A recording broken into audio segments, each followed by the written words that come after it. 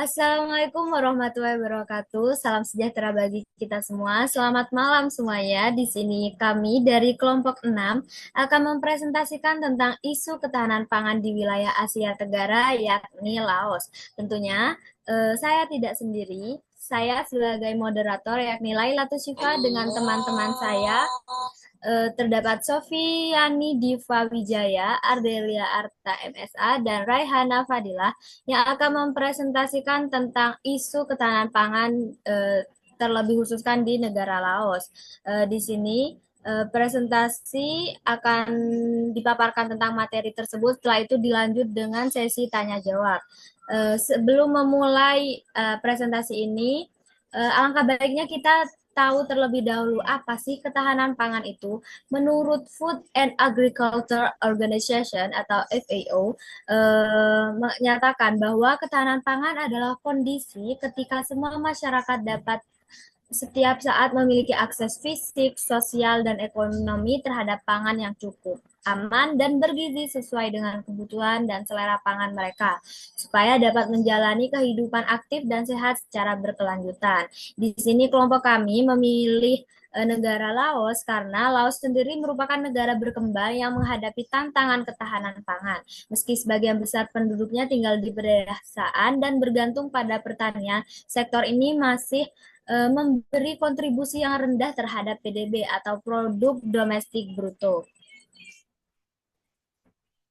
Nah, untuk instrumen-instrumen yang dilakukan dalam menganalisis isu ketahanan pangan di Laos terdapat VS atau Instrument Food Insecurity Experience Scale, wawancara semi terstruktur, FCS atau Food Consumption Score, dan LSCS 6, Law Expenditure and Consumption Survey ke-6, Mixed Method, Quantitative and Qualitative.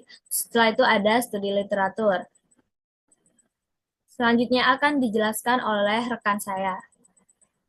Baik, instrumen yang pertama yaitu VS atau Instrument Food Insecurity Experience Scale. Instrumen tersebut terdapat dari 8 pertanyaan yang menggambarkan tingkat keparahan pengalaman rumah tangga dalam menghadapi kekurangan pangan. Untuk poin pertama yaitu khawatir tidak memiliki cukup makanan. Yang kedua, tidak dapat makan makanan sehat dan bergizi. Yang ketiga, hanya makan sedikit jenis makanan. Yang keempat, melewatkan makanan. Yang kelima, makan lebih sedikit dari yang seharusnya. Yang keenam, kehabisan makanan. Yang ketujuh, kelaparan. Dan yang kedelapan, tidak makan sepanjang hari. Cut off dari instrumen tersebut yaitu yang pertama, ketidakamanan pangan ringan jika menjawab iya pada 1 sampai 3 dari 8 pertanyaan. Yang kedua, ketidakamanan pangan sedang jika menjawab iya pada 4 sampai 6 pertanyaan. Dan yang ketiga, ketidakamanan pangan parah jika menjawab iya pada 7 sampai 8 pertanyaan. Selanjutnya, instrumen yang kedua yaitu wawancara semi terstruktur. Wawancara ini dilakukan melalui pertemuan tatap muka, konferensi video, dan pertemuan melalui telepon dan dihadiri oleh beberapa anggota pemerintahan dan pihak eksternal yang memiliki posisi tingkat tinggi terkait implementasi kebijakan gizi di negara Laos.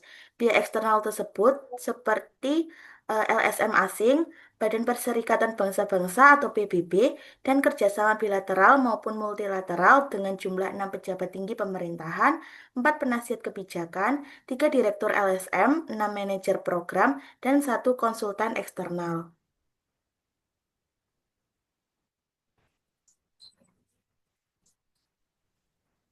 Baik, instrumen selanjutnya yaitu FCS atau Food Consumption Score, di mana instrumen ini mengukur pola konsumsi pangan suatu rumah tangga dalam 7 hari terakhir, yang berdasarkan 3 aspek utama. Yang pertama ada keberagaman jenis makanan, frekuensi konsumsi setiap kelompok makanan, dan bobot nilai gizi dari masing-masing kelompok tersebut. Boleh di next. Nah, instrumen selanjutnya yaitu LESCS 6 atau Lew Expenditure and Consumption Survey ke-6, di mana berisi kuesioner yang mengumpulkan informasi tentang karakteristik demografis rumah tangga, di mana terdiri dari jumlah anggota, usia, jenis kelamin, pendidikan, konsumsi makanan dan non-makanan, pendapatan, serta kepemilikan aset. Next.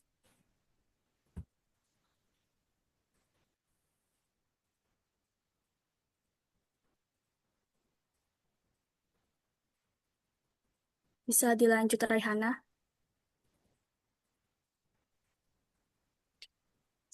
Selanjutnya yaitu mix metode, di mana mix metode ini merupakan campuran dari metode kuantitatif, penilaian kuantitatif, dan penilaian gizi. Peneliti itu melakukan survei menggunakan kuesioner si pangan sih terhadap hidup. Nah, status gizi dan juga diukur menggunakan timbangan digital dan alat ukur tinggi badan proletari, BB per U, tinggi badan berat menurut usia, dan berat badan menurut tinggi badan.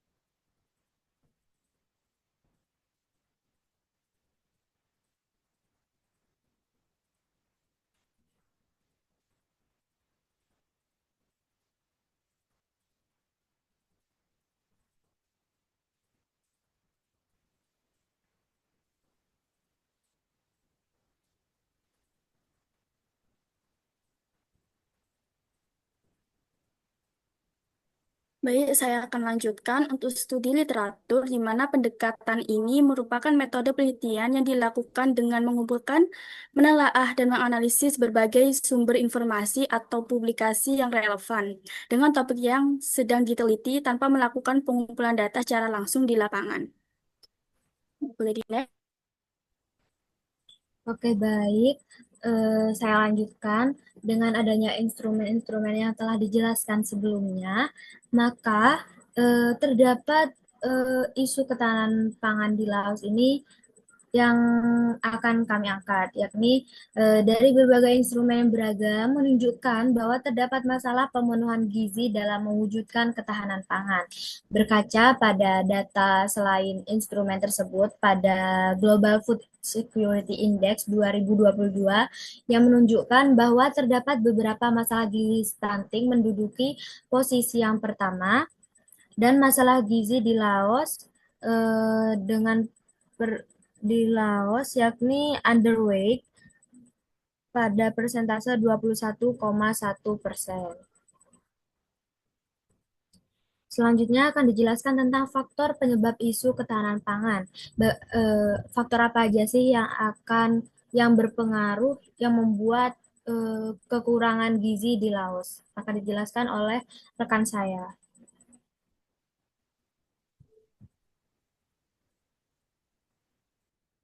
Baik, faktor penyebab isu ketahanan pangan di Laos yang pertama yaitu pemerintahan. Pemerintahan negara Laos yang menangani sektor kesehatan, pendidikan, dan pertanian masih bekerja secara terpisah tanpa kolaborasi yang efektif. Akibatnya, upaya penanggulangan malnutrisi tidak berjalan optimal karena tidak ada sistem pemerintahan terpadu yang mengatur peran masing-masing sektor. Faktor yang kedua yaitu hubungan antara malnutrisi dan infeksi. Masalah utama ketahanan pangan di pedesaan Laos, seperti di Provinsi Luang Prabang, adalah terbatasnya akses pangan dan layanan kesehatan.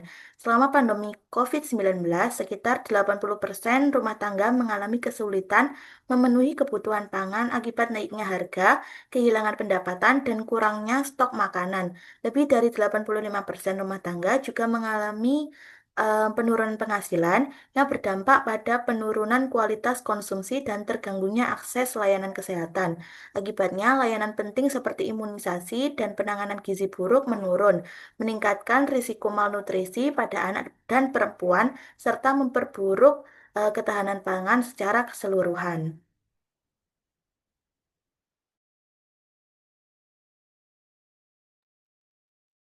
Selanjutnya, faktor penyebab isu ketahanan pangan yang ketiga yaitu iklim. Jadi, perubahan iklim di Laos ini berdampak besar pada ketersediaan pangan dari hutan, yang mempengaruhi gizi anak-anak dan keluarga.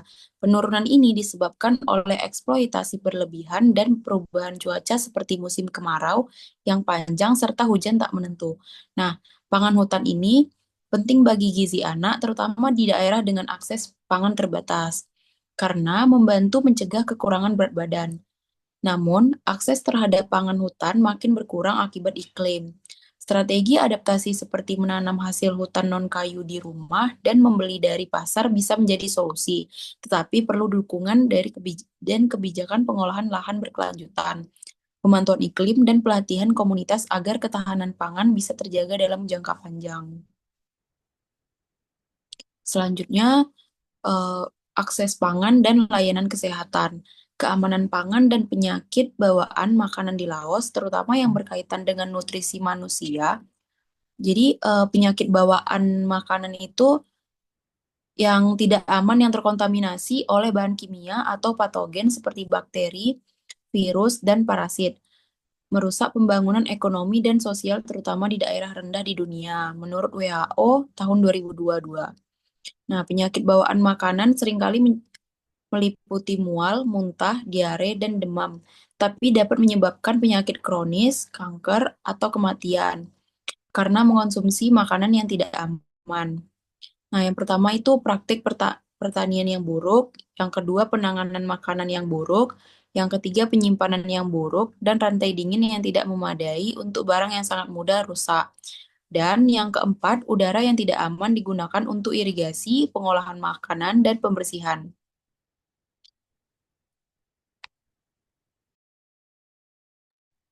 Baik, untuk faktor penyebab yang terakhir yaitu berdasarkan rumah tangga.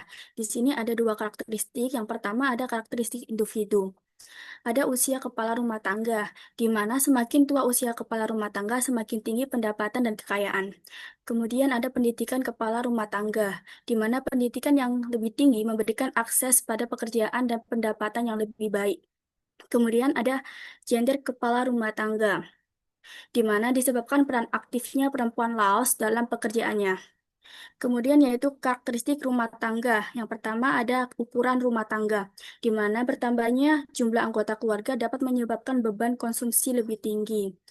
Lanjut yaitu memiliki ternak, pendapatan pertanian, dan pendapatan tunai, di mana memiliki ternak dan pendapatan tunai meningkatkan penyediaan sumber daya tambahan dan ketahanan terhadap krisis. Sementara pendapatan pertanian berdampaknya yaitu tidak signifikan karena resiko kegagalan panen.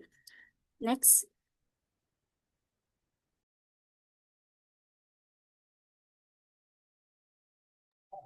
Baik, selanjutnya yaitu upaya dan intervensi yang telah dilakukan oleh pemerintah negara Laos.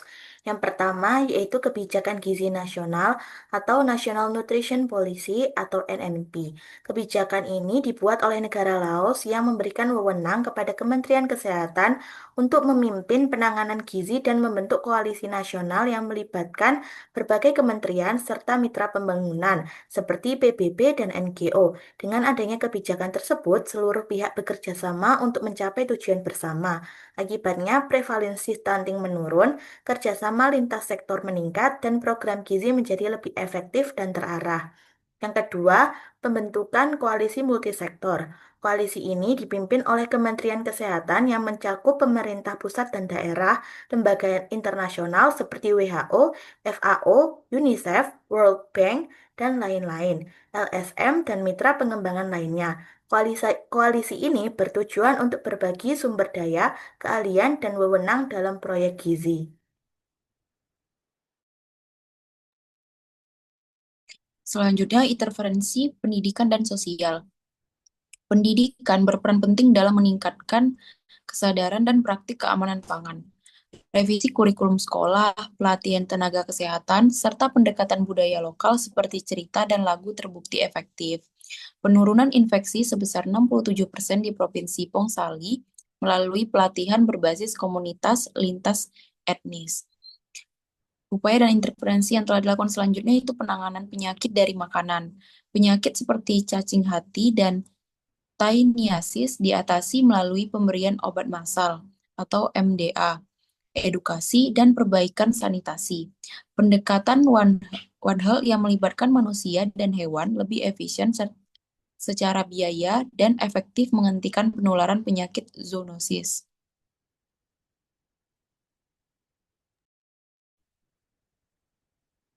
Baik, untuk upaya dan intervensi selanjutnya yaitu mengatasi resistensi antimikroba AMR, di mana tingginya resiko resistensi antibiotik di Laos mendorong pemerintah mengembangkan kebijakan yang terintegrasi dengan standar internasional yang bertujuan untuk memperkuat pengawasan dan penggunaan antibiotik yang bijak.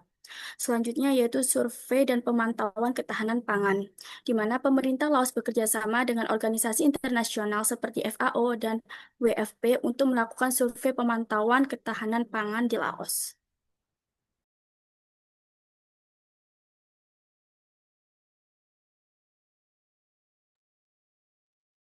Next.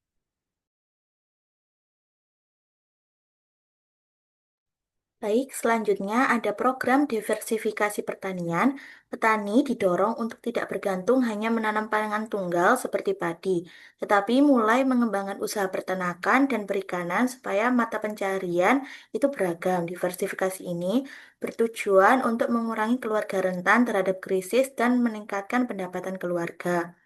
Selanjutnya yaitu peningkatan pendidikan dan pemberdayaan perempuan. Sebagian upaya dilakukan dalam bentuk meningkatkan kualitas pendidikan, terutama bagi perempuan karena memegang peran penting dalam pengelolaan pangan dan perbaikan gizi keluarga. Selanjutnya, pemantauan perubahan iklim secara berkala. Upaya adaptasi iklim perlu ditingkatkan dengan mengintegrasikan data iklim dalam pengelolaan sumber daya alam, mengembangkan sistem peringatan dini, menyebarkan informasi iklim, dan memberikan pelatihan kepada masyarakat untuk meningkatkan kapasitas menghadapi perubahan cuaca dan iklim. Dan yang terakhir, kebijakan keamanan pangan. Pemerintah Laos melalui NPAN 2001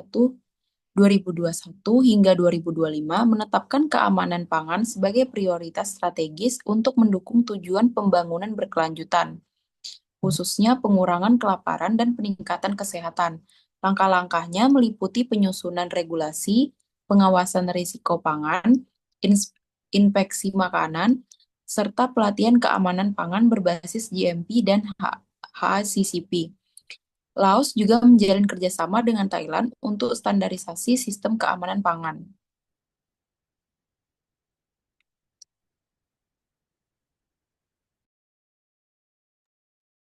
Lalu ada tanggapan, solusi, dan saran.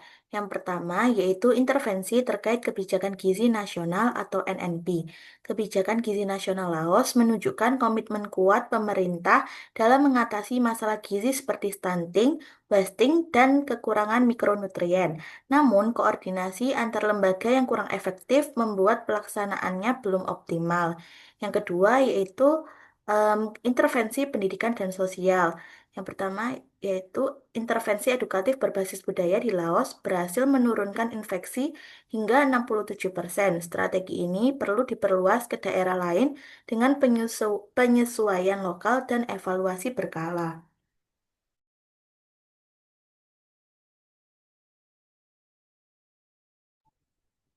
Ya, selanjutnya yaitu penanganan penyakit dari makanan, di mana penanganan penyakit dari makanan di Laos lewat MDA, edukasi, dan sanitasi efektif dengan pendekatan One Health. Selanjutnya, boleh di next.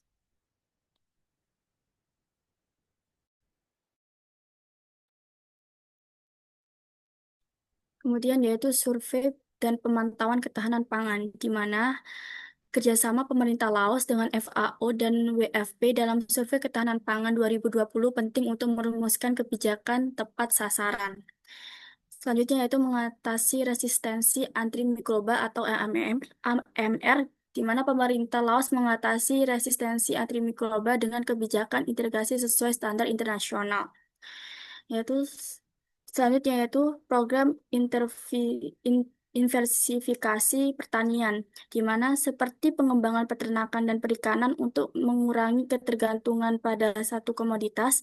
Langkah ini meningkatkan ketahanan terhadap resiko iklim, harga, dan hama, serta memperkuat cadangan ekonomi keluarga dan petani. Selanjutnya yaitu peningkatan pendidikan dan pemberdayaan perempuan.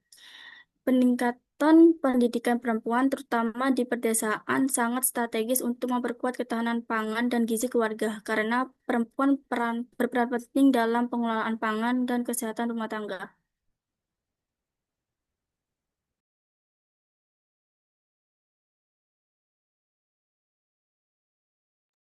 Selanjutnya, pemantauan perubahan iklim secara berkala. Integrasi data iklim dalam pengelolaan sumber daya alam membantu masyarakat beradaptasi dengan perubahan lingkungan. Sistem peringatan dini dan penyebaran informasi iklim ke komunitas lokal menjadi kunci respon yang efektif. Dan yang terakhir, pembentukan koalisi multisektoral. Koalisi multisektoral merupakan langkah baik dalam menangani gizi dan ketahanan pangan. Keberhasilannya bergantung pada koordinasi dan kolaborasi semua pihak, termasuk masyarakat, untuk meningkatkan gizi dan kesejahteraan di Laos. Oke, baik. Sebelumnya sudah dijelaskan tentang isu ketahanan pangan di Laos, faktor penyebabnya, upaya dan intervensi, tanggapan dan solusi saran dari masing-masing upaya dan intervensi sebelumnya yang sudah dijelaskan sebelumnya. Dari kurang lebih 5 jurnal yang kami gunakan sebagai bahan materi yang sudah dijelaskan. Untuk dari kami sendiri, yakni solusi dari kelompok kami untuk diimplementasikan di negara Laos, yakni terdapat 3 solusi. Yang pertama yaitu biofortifikasi golden rice dengan provitamin A. Sebelumnya sudah dijelaskan bahwa Laos ini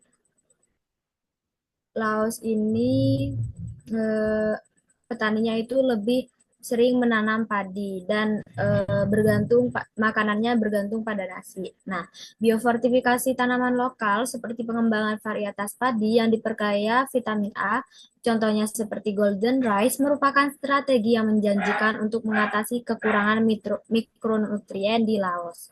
Golden rice telah dirancang untuk menghasilkan beta-karoten dan prekursor vitamin A yang dapat membantu mengurangi defisiensi vitamin A di populasi yang bergantung pada beras sebagai makanan pokok seperti di negara Laos ini.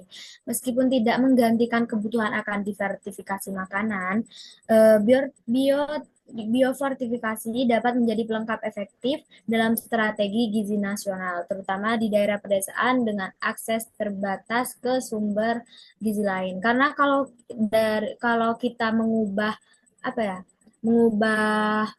makanan pokok yang di Laos karena sudah terlanjur bergantung pada beras, alangkah baiknya kita merubah berasnya sendiri dengan biofortifikasi golden rice dengan provitamin A.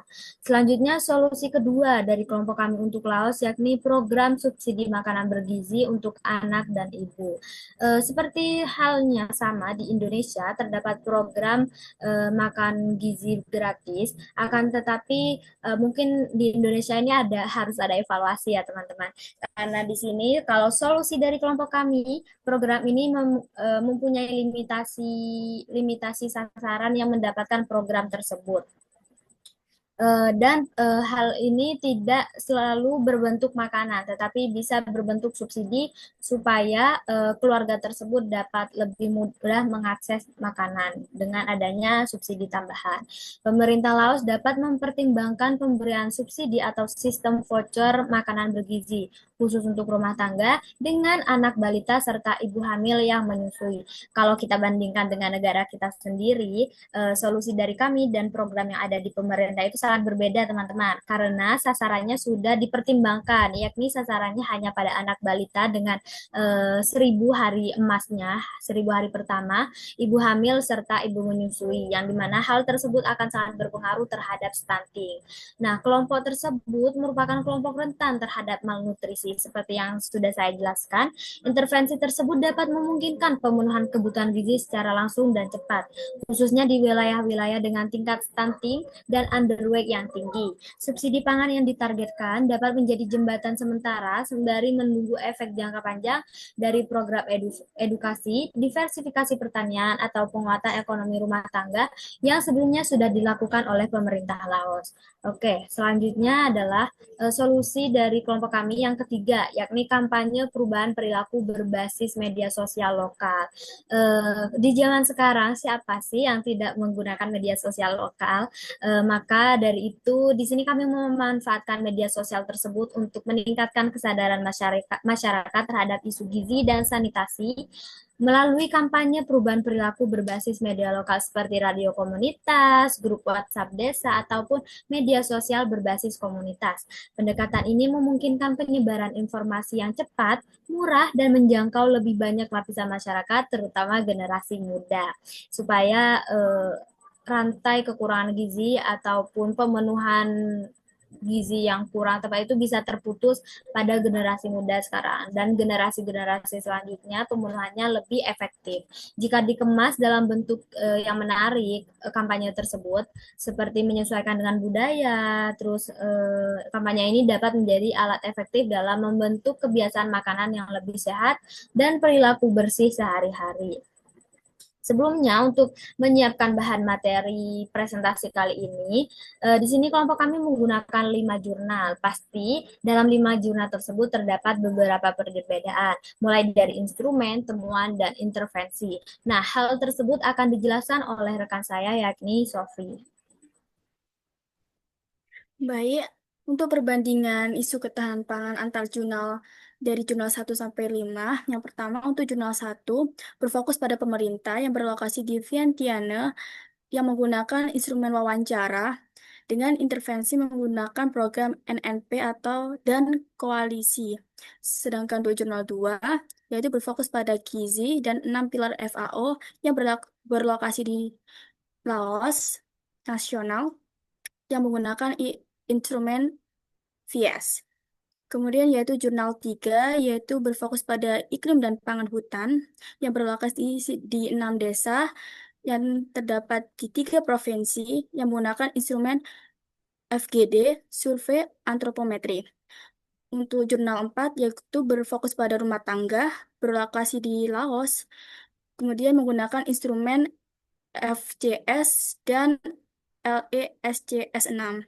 Kemudian yang terakhir yaitu jurnal 5, yaitu berfokus kepada keamanan pangan dan infeksi yang berlokasi di nasional negara Laos dan menggunakan instrumen studi literatur.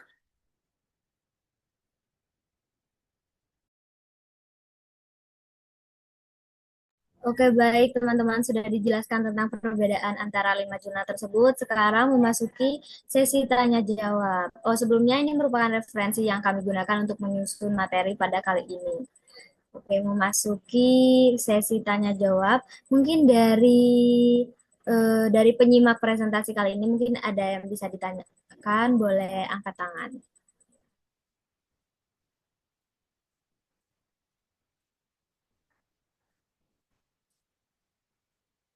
Oke, untuk Siti Mariam boleh ditanyakan terlebih dahulu. Baik, terima kasih atas kesempatannya. Sebelumnya perkenalkan, nama saya Siti Mariam dengan NIM akhir 115. Di sini saya ingin cross-check aja. Apa boleh tolong jelaskan kembali bagaimana metode Food Insecurity Experience Scales digunakan untuk mengukur tingkat kerawanan pangan di Laos, dan apa indikator yang membedakan tingkat ringan, sedang, dan parah? Segitu saja, Oke, baik. terima kasih. Oke, pertanyaannya sudah cukup dipahami. Mungkin langsung saja ya dapat saya jelaskan untuk VS tadi.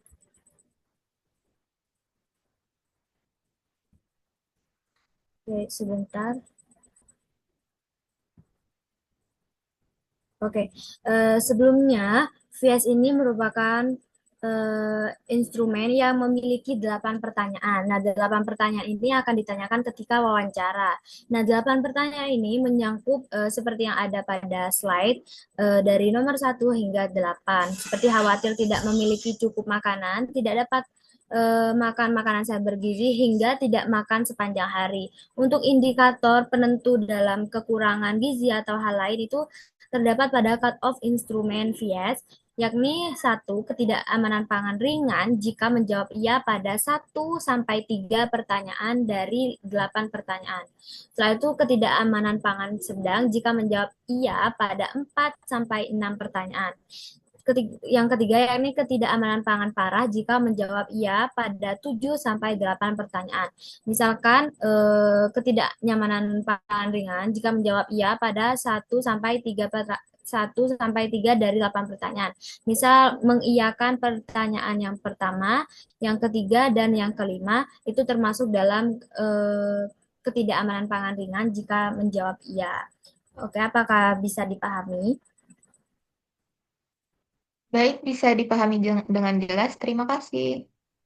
Oke, selanjutnya boleh Nabila Honsa untuk memberikan pertanyaannya. Baik, sebelumnya terima kasih atas kesempatannya. Perkenalkan nama saya Nabila Honsa dengan NIM terakhir 118. Saya ingin bertanya, tadi kan sempat dijelaskan juga tentang faktor utama yang menyebabkan ketahanan pangan di laut itu terganggu. Yang saya tanyakan bagaimana keterkaitan antara malnutrisi, infeksi, dan perubahan iklim dalam memperparah situasi tersebut. Apakah bisa dipahami untuk Oke, pertanyaannya? pertanyaan dapat dipahami. Mungkin dari rekan saya boleh langsung menjawab. Baik, aku izin menjawab ya. Untuk perubahan iklim ini dapat menciptakan kondisi yang memperburuk ketidakamanan pangan, di mana malnutrisi ini kemudian meningkatkan kerentanan pangan infeksi, pada gilirannya memperburuk malnutrisi. Siklus yang merusak ini secara signifikan menghambat pembangunan kesehatan dan kesejahteraan masyarakat di Laos. Apakah bisa menjawab? Baik, sudah bisa dipahami. Terima kasih. Oke. Oke, baik. Mungkin saya tutup sesi pertanyaan pada kali ini. Terima kasih untuk teman-teman yang sudah memperhatikan presentasi dari kami. Kurang lebihnya mohon maaf. Mohon maaf apabila ada salah kata dan lain-lain. Dan jika ada lebihnya saya kembalikan kepada ini. Oke. Terima kasih teman-teman. Assalamualaikum warahmatullahi wabarakatuh. Waalaikumsalam.